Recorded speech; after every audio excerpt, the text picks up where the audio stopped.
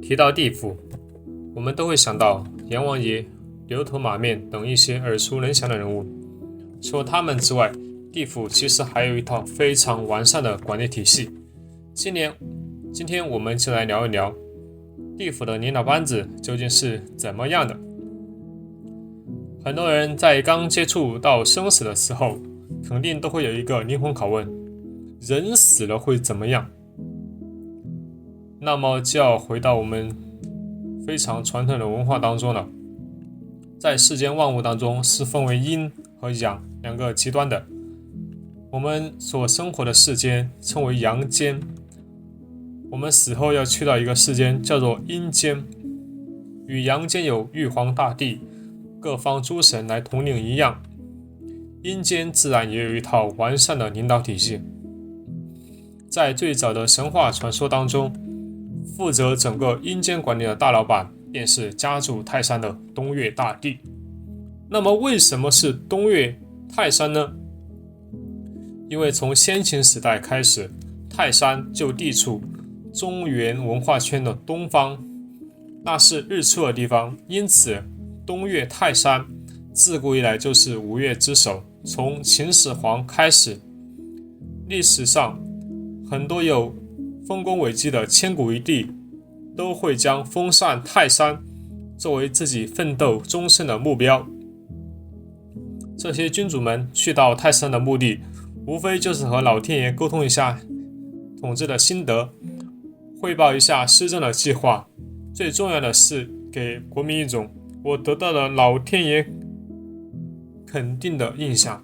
所以泰山就有了沟通天地阴阳的重要使命。因此东岳大帝便是万物生死的主宰的。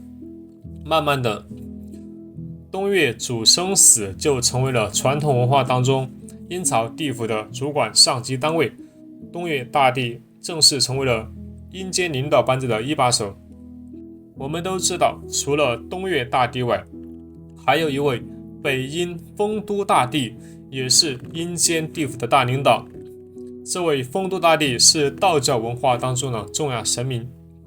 丰都大帝是罗峰山丰都人的主人，这个丰都城就是道家传说当中的鬼城，现在还位于重庆市丰都县。人死之后都会去到丰都城，既然丰都大帝是丰都城的主人，自然也是阴间的主人。后来随着宗教的不断普及，这个更具标准化的管理团队便逐渐接管了原来土生土长的东岳大帝的领导体系，成为了更为广泛认可的阴间大领导。丰都大帝就是阴曹地府的董事长兼 CEO。 现在我们看看这个阴曹地府的具体组织架构。在汉代的时候，道家文化当中的阴曹地府其实并没有那么复杂，它只是一个替丰都大帝管理阴间的办事机构。但随着东汉时期佛教的传入，地府的办事机构也不断的完善起来。首先是五方鬼帝，丰都大帝在阴间也把世界分为了5个地区，按照东南西北中分别设为一个鬼帝。五方鬼帝分别是东方鬼帝、西方鬼帝、北方鬼帝、南方鬼帝和中央鬼帝。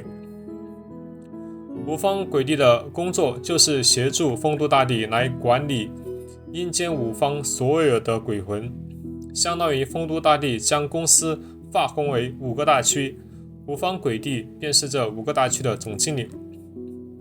接下来便是著名的十殿阎罗，所有从阳间来到阴间的鬼魂都需要经过阎罗殿来进行面试，阎罗殿也因此成为了阳间最著名的阴间机构。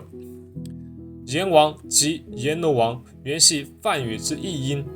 阎王原是古印度神话之中的主宰，掌管地狱轮回，大约在南北朝时期传入中国，早期只来了阎王一人，而后由治世分县为5人，其僚佐有18人。唐代时就有天帝册封阎罗王，并由其统帅5岳卫兵之说。同时地狱也分为10殿，十殿均有主，称地府十王。阎罗殿是一个统称，实际上是这10个部门的统称。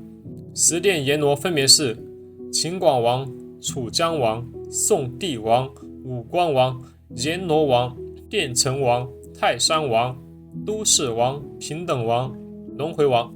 可以说，十殿阎罗就是我们阴间传说的主要载体。所有死后的鬼魂，从进入地府开始，直到转世投胎，主要的事情就是在这10个殿当中经历审判和刑罚，并且在1殿和10殿办理手续。这10个殿相当于是公司的10个业务部门，十殿阎罗便是他们的部门总监。十殿阎王之下还设有6案公曹，相当于总监的助理秘书部门，他们的主要工作是负责上传下达，像有时候需要给地府领导捎去的文件，一般都会先到6案公曹的手上，再由他们递交给阎罗王们。世间亡灵众多，如果让十殿阎罗自己审案执行，那恐怕阴曹地府也会出现案情积压的事情，因此就会有3个下属部门来配合十殿阎罗的工作，他们分别是轮回司、判官司和阴曹司。轮回司顾名思义，就是负责转世轮回的特设机构。轮回司的司长官名叫太尉，太尉就是俗称的孟婆，他的主要职责就是保证一些生灵在转世之前都要忘记之前的记忆，属于专门格式化的部门。因为轮回司只负责转世，因此这个机构基本就是第10殿转轮王的专属机构。阴曹司主要负责的工作是阴间官府派驻各地方的管理特派机构，其职责很像阳间的县太爷，不仅要守护地方百姓和生产，也要掌管地方灾异和阴间司法。阴曹司的官名叫城隍，这个名称相信大家都不陌生。例如当地有人要亏损阴德，要被索命惩罚的时候，城隍一般会派自己的阴差去办理，同时百姓流离失所或者遭到灾荒危及生命，城隍也要根据阳寿规定来为大家去灾避祸。城隍在阳间的办事处就叫城隍庙，城隍在阴间被尊称为城隍爷。城隍一般就是由当地比较著名的大清官死后担任，比如北京城隍爷杨继盛就是当年和严嵩斗争的清官。3司中业务最为重要的就属判官司。判官司的主要职责就是审判来到10殿之中的鬼魂。判官司下面分为4个科室：赏善司、罚恶司、察察司、音律司。赏善司和罚恶司是2个相对较小的部门，来阴间的小鬼会根据生前的表现分为2个部门，行善积德的便来赏善司，领导是魏征。在这里，魏征笑容可掬地将小鬼生前的功德查证后，便根据程度给予奖赏，功德大的便有机会登天成仙或直接转世为人。如果生前恶贯满盈，那就只有去罚恶司，领导便是大名鼎鼎的钟馗。钟馗怒目圆睁，将来这的鬼魂根据4不4无原则量刑，量刑之后交由阴差发到各殿阎王处开始受刑，相当于是初审部门。察察司类似于赏善罚恶的复合部门，领导是陆之道，他们的工作是避免冤假错案，让好人受赏，坏人受罚。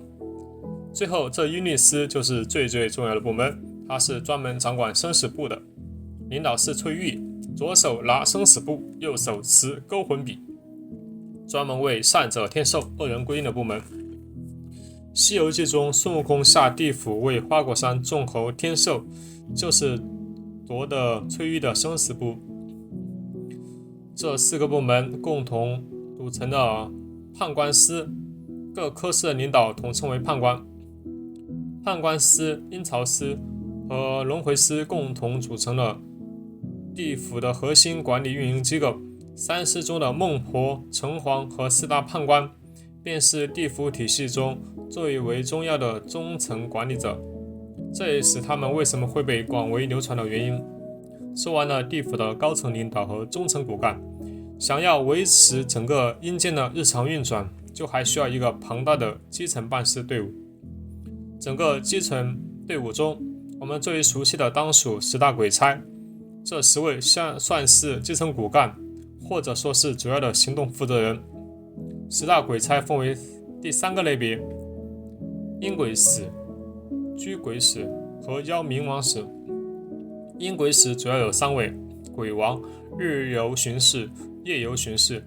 阴鬼使的职责是负责巡逻，并且完成地府相关部门的专项领导，并抓捕惩罚不听话的小鬼。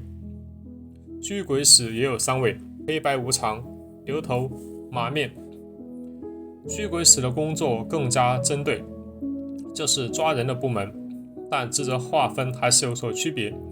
黑白无常更多是听从城隍的指示，来阴间抓捕那些阳寿已尽的新鬼。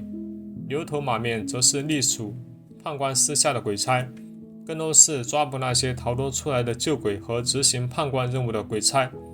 一个属于阴曹司，一个属于判官司，职责相似，但权属完全不同。妖冥使有4位：豹尾、鸟嘴、鱼鳃和黄蜂。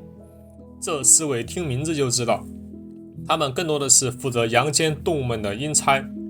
豹尾管理兽类，鸟嘴管理禽类，鱼鳃管理水中鱼类，黄蜂管理所有昆虫。如此一来，3类鬼使和他们之下的一众鬼差共同组成了一个体系完善的基层办事员体系。总的来说，阴间的管理体系和阳间班子基本上是一一对应的。阴间的统治者是丰都大帝，他是公司的最高管理者、董事长兼 CEO。丰都大帝之下有5位鬼帝，分别担任东南西北中5个大区的总经理。在阴间的集团中央有一个集团核心管理机构，这个机构称为阴曹地府，简称地府。地府中有10个中心部门，由10殿阎罗分别管理。10殿阎罗分别相当于集团中心部门的总监。10殿之下设有3个子部门：轮回司、判官司和阴曹司。轮回司因为业务单一，但工作强度大，负责人孟婆单独归属10殿管理，没有其他上层领导。阴曹司虽然隶属于10殿阎罗，但由于是在地方办公，所以其权责相对更加独立。10殿中的1殿秦广王和5殿阎罗王的联系更多一些，他们的办公室城隍庙就相当于地府派驻阳间的各处的办事处，城隍就相当于阴间派驻阳间办事处的代表，判官司则是隶属于中心部门旗下的核心业务部门，部门领导就是各判官。在这一层中层领导下，就有一大批的基层业务骨干，上述所有的业务执行都是由下面的基层员工完成的。好了，这就是今天对地府组织架构的全部讲解。欢迎大家订阅我的频道，在视频下方点赞和评论，可以增加视频的热度。谢谢大家，下期再见。